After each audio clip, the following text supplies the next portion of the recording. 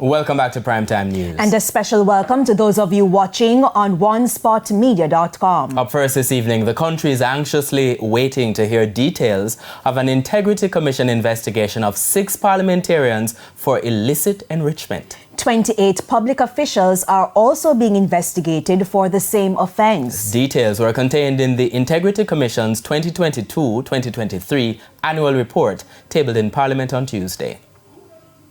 According to the Corruption Prevention Act, illicit enrichment has to do with a public servant owning assets disproportionate to their lawful earnings and is unable to give a satisfactory explanation to the authorities about how they got such assets. As is usually the case, the Commission did not name the 6 parliamentarians or indicate if they were from the Senate or the House of Representatives. Neither did it give details about the 28 public officials.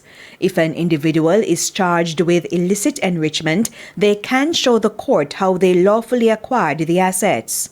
In the meantime, 3 parliamentarians, 2 from the lower house and 1 from the Senate, are yet to file statutory declarations as at December 2022. In total, only 71% of the over 44,000 persons required submitted statutory declarations by March 31 this year.